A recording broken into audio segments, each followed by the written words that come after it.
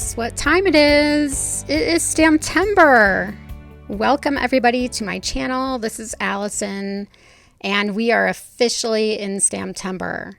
So today I am going to share this really fun spooky card with you featuring one of the brand new sets from Simon Says Stamp called Friendly Ghosts. This is a layering stamp set and there are 3 adorable little ghosts. And the stamp set is nicely laid out so you know which stamps layer with what. And it also has a matching die set, and here you can see the cute little ghosts. And I love how the images are colored so you can kind of get an idea of how to stamp the colors. So I have used the die, the matching die, and I have cut this little ghost out of craft cardstock. And I have him, the little die cut, sitting in my MISTI with one of my Waffle Flower grip mats. And I am using Hero Art's Unicorn White ink to stamp this ghost. Now it's been a while since I have stamped on craft cardstock, but I thought it would be fun to do this. Now, my poor little unicorn ink pad is going dry, so I stamped this little ghost quite a few times, and you'll see later on I will switch white inks, but for now I will have the ink colors at the top of the screen. This is the little shadow for the ghost body, and for the shadows I'm going to be using Lost Shadow Distress Oxide. Because I'm stamping on craft cardstock, I will be using all pigment inks, so the white pigment ink and the Distress Oxides. So the Lost Shadow is pretty light, and it's just so close to the craft cardstock color, so I am stamping this multiple times as well. And next I am stamping the little eyes and the mouth. Now later on you'll see that I don't end up stamping these, but for now, we're starting with this little ghost. I'm stamping the hat with black soot, and I will stamp that a few times. I'm afraid this might be going dry too. I'm terrible at re-inking my ink pads. Anybody else? Raise your hand if you are neglectful with that as well. For the shadow for the hat, I am going to be using black pigment ink because I just really want that sharp contrast between the shadow and the main hat. And you'll see I didn't line it up perfectly, but that's fine. That's also the beauty of using black for this hat. So for the little detail on the hat, what I'm going to do is stamp the shadow first. And I'm doing that because it kind of lines up with the black shadow of the hat. So I'm using my darker purple color first and doing the shadow layer. And now I'm coming in with the main layer and using just a slightly lighter color purple. And even though I'm going out of order, I guess normally you would use the base layer and then you'd do the shadow layer first. It's okay. All right, so here on the right was the one I just stamped. On the left, it's a lot whiter. And remember I had said my unicorn ink was going dry. So you'll see in a minute what ink I used for that ghost. But we're moving on to now the little pumpkin ghost. And again, I have the little die cut from craft cardstock. Now for this, you'll see I have both the face of the ghost and the shadow layer.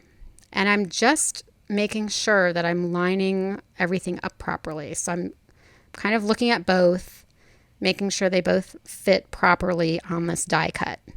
And the reason I die cut first, and here's the white ink on 3. This is a brand new ink pad. It's been in my stash for, at least a year. I broke open the package for this project and it is so juicy. I don't even know what to do with myself. I'm like, it was really juicy.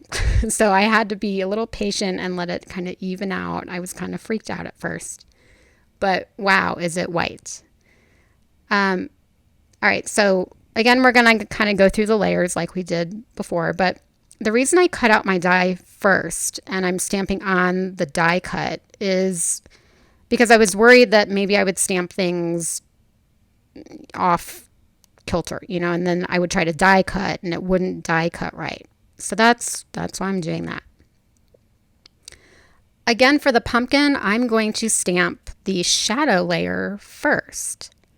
And, I think when you're doing layering stamps, just do what makes the most sense to you. This was easier for me to do the shadow layers first.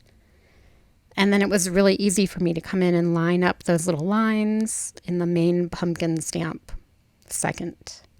And so I'm using a slightly lighter color orange for this. And again, I think it blended beautifully. And the layering stamp police did not show up at my door, to arrest me for doing it out of order. So do whatever's easiest for you. And for this, the little top of the pumpkin, which is his little hat, which how cute is that? Again, I'm going to do the shadow part first. I just feel like it was easier to line things up and make sure that everything was in its place. And now I'll stamp that lighter orange.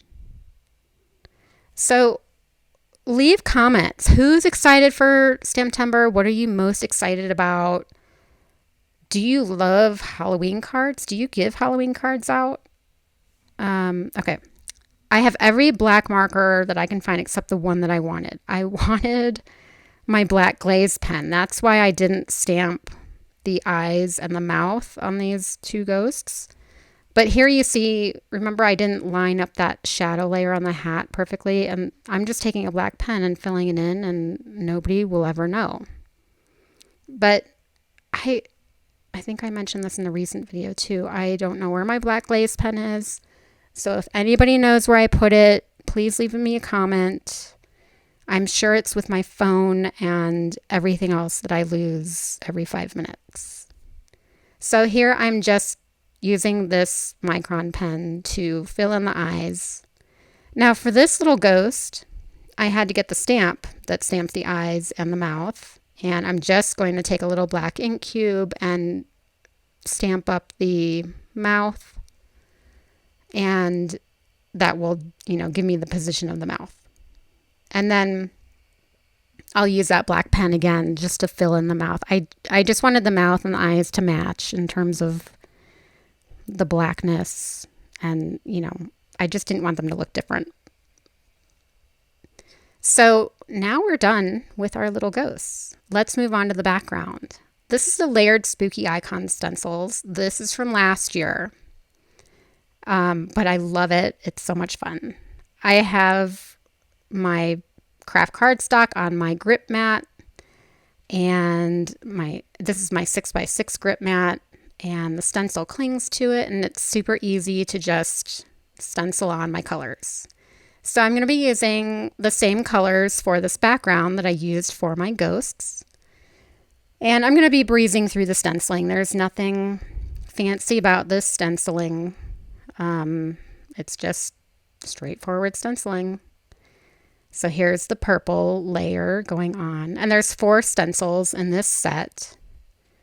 And you can certainly make some of these different colors, but I'm making it easy on myself, which I don't normally do. And I'm just doing 1 color per stencil.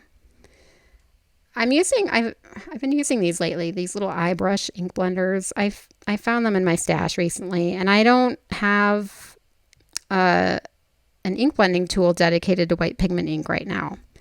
So I grabbed that one, and for this I'm kind of using a pouncing motion. I don't want any of this white ink to go outside of the little stencil lines. So I find that, I don't know, for whatever reason with white pigment ink, I tend to pounce more than blend. And for the black Oxide, I actually do have smaller Simon Says Stamp brushes that are dedicated to Distress Oxides. And by the way, my other brushes, so I do have a separate set of brushes for my oxides and a separate set for my dye inks. And for my oxides, you saw me using my Waffle flower brushes. And then for my dye inks, I have a full set of the big Simon Says stamp brushes. So here we go. There is the background, and how much fun is that? All right, so for one of my sentiments, I have this outline Halloween die, and I've cut the shadow out of Vellum. My idea for this really is the reason I pulled this is because I wanted a shadow layer of Vellum to kind of cover up some of this background, because I didn't want the background to be too busy. So I cut the words out of black cardstock, and this die is really fun because it cuts the words, but it also cuts the outline. So you can have the words and the outline and the shadow, but I'm just using the outline. And I have layered my black outline on top of a craft cardstock outline. And now I am gluing those two layers to the Vellum. And I just think it's so cute. All right, so now we're going to assemble. I have the stitch rectangle frame. This is from My Favorite Things. This is one of my favorite frames. And I've trimmed down that background panel. And now I'm just going to glue the frame to my super cute panel. All right, let's go back. Who loves giving Halloween cards? I don't typically give Halloween cards, but I do love making them because they're so much fun. And I do have some friends who love Halloween, so this is who I plan on giving my Halloween cards to. All right, I am temporarily positioning this Halloween die onto my background. And that's because I need to figure out where to put my sentiment. You'll see the spooky Salutations sentiment off to the right. I stamped that from this Friendly Ghosts set. And so I'm just kind of trying to figure out the placement. My plan is to glue this directly to my die cut because most of my die cut is Vellum. I need somewhere to place the glue behind this. You don't want to see glue behind your Vellum, right? So you'll see now I can just place the glue right behind that sentiment. And, you know, I don't have to worry about how to adhere it or having the glue show through. So now I can place it down, and I'm going to take my little ghosts and my T-square and make sure that the position is right before I press down and commit to the position. All right, so we're good with that. And now it's time to, first I'm putting a little bit of glue in those corners where the ghosts are going to cover the sentiment. That's just going to give me a little bit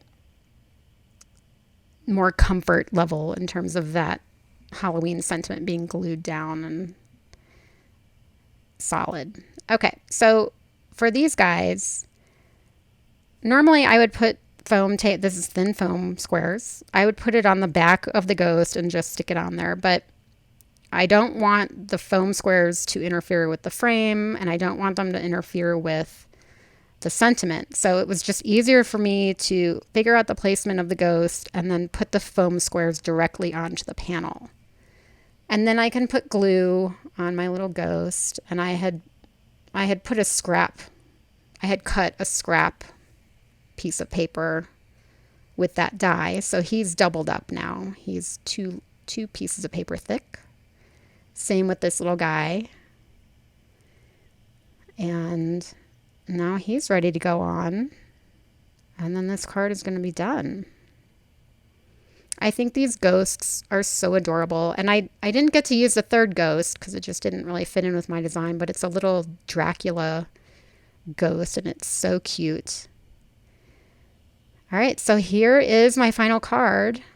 And also, I have a sneak peek at a card that I will be sharing on the 2nd. So here it is. This is another Halloween card, and you'll recognize the hat up in the corner. And that is it for me today. Again, I'm so excited for Stamptember. I hope you are as well. Please check out my blog. I have a link below because there will be more details on this card, and I'll have some sneak peeks at all of the other cards that I have created so far. And thank you so much for joining me, and I will see you next time. Bye bye.